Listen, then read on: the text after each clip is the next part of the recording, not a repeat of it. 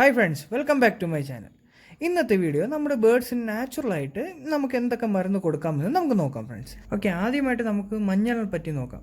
മഞ്ഞൾ എന്ന് പറഞ്ഞു കഴിഞ്ഞാൽ നല്ലൊരു ആൻറ്റിബയോട്ടിക്കാണ്. അത് ഈ ബേർഡ്സിന് കുടിക്കാൻ കൊടുക്കുന്ന വെള്ളത്തിൽ ഇടയ്ക്ക് ഒരു നുള്ളു മഞ്ഞൾ ചേർത്ത് കൊടുക്കുന്നത് ബേർഡ്സിൻ്റെ ഇമ്മ്യൂണിറ്റി വർദ്ധിക്കും.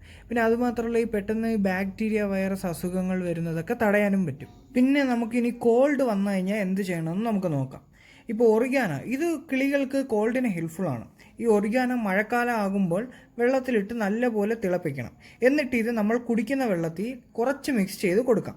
ഇത് കുടിക്കുന്നതുകൊണ്ട് മഴക്കാലത്ത് കിളികൾക്കുണ്ടാകുന്ന നമുക്ക് ഈ കോൾഡൊക്കെ തടയാം. പിന്നെ ഈ ഒറിഗാനോ വെറുതെയും കഴിക്കാൻ ഇട്ട് കൊടുക്കാം. മഴക്കാലത്താണ് ഈ കോൾഡ് വരുന്നത്.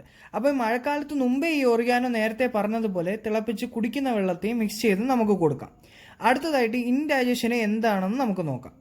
തുളസി വന്നിട്ട് ബേർഡ്സിൻ്റെ ഡൈജഷൻ ഇമ്പ്രൂവ് ചെയ്യും. ഈസി ആയിട്ട് കിട്ടുന്ന ഒന്നാണ് തുളസി. ഇത് ആഴ്ചയിൽ 3 തവണയൊക്കെ കൊടുക്കാം.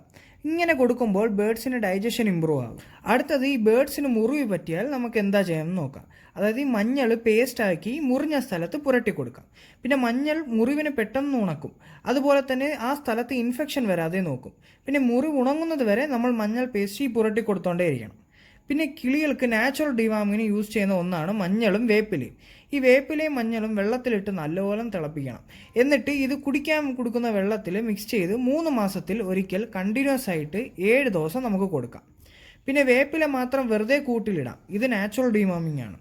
നമ്മൾ അൽബോമാറാണ് യൂസ് ചെയ്യുന്നതെങ്കിൽ 6 മാസത്തിൽ ഒരിക്കൽ ചെയ്യണം. നാച്ചുറൽ മെത്തേഡ് ആണെങ്കിൽ 3 മാസത്തിൽ ഒരിക്കൽ. അടുത്തത്, മൈറ്റ്സ് അറ്റാക്ക് വന്നാൽ എന്ത് ചെയ്യണമെന്ന് നമുക്ക് നോക്കാം. ഈ ബേർഡ്സിന് പേനിൻ്റെ ശല്യമുണ്ടെങ്കിൽ നമ്മൾ ആലോവേറ, മഞ്ഞൾ, വേപ്പില ഇത് 3ഉം വെള്ളത്തിൽ ചേർത്ത് നന്നായി അരച്ചെടുക്കണം. എന്നിട്ട് ഇത് നല്ലതുപോലെ അരച്ചൊരു സ്പ്രേയറിൽ നിറച്ച് ബേർഡ്സിൻ്റെ കൂട്ടിലും അതിൻ്റെ ശരീരത്തിലൊക്കെ അടിക്കുക. അപ്പോൾ ഇങ്ങനെ ആ പേനിൻ്റെ ശല്യം മാറുന്നവരെ നമ്മളിത് ചെയ്യണം. പേനിൻ്റെ ശല്യം മാറിയാലും ആഴ്ചയിൽ ഒരിക്കൽ സ്പ്രേ ചെയ്ത് കൊടുക്കാം നമുക്ക്.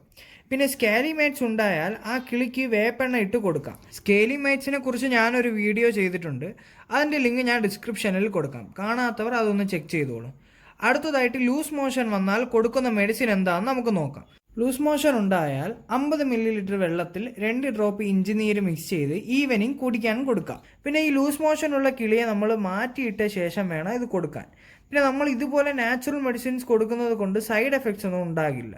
എന്നാൽ നാച്ചുറൽ മെഡിസിൻസ് റിസൾട്ട് എപ്പോഴും സ്ലോ ആയിരിക്കും. ഓക്കെ ഫ്രണ്ട്സ്, ഇന്നത്തെ ഈ വീഡിയോ ഇഷ്ടമായെന്ന് കരുതുന്നു. ഓക്കെ ഫ്രണ്ട്സ്, ഈ വീഡിയോ ഇഷ്ടമായിട്ടുണ്ടെങ്കിൽ ലൈക്ക് ചെയ്യുക, കമൻറ്റ് ചെയ്യുക. പിന്നെ മറക്കാതെ എൻ്റെ ചാനൽ സബ്സ്ക്രൈബ് ചെയ്യുക.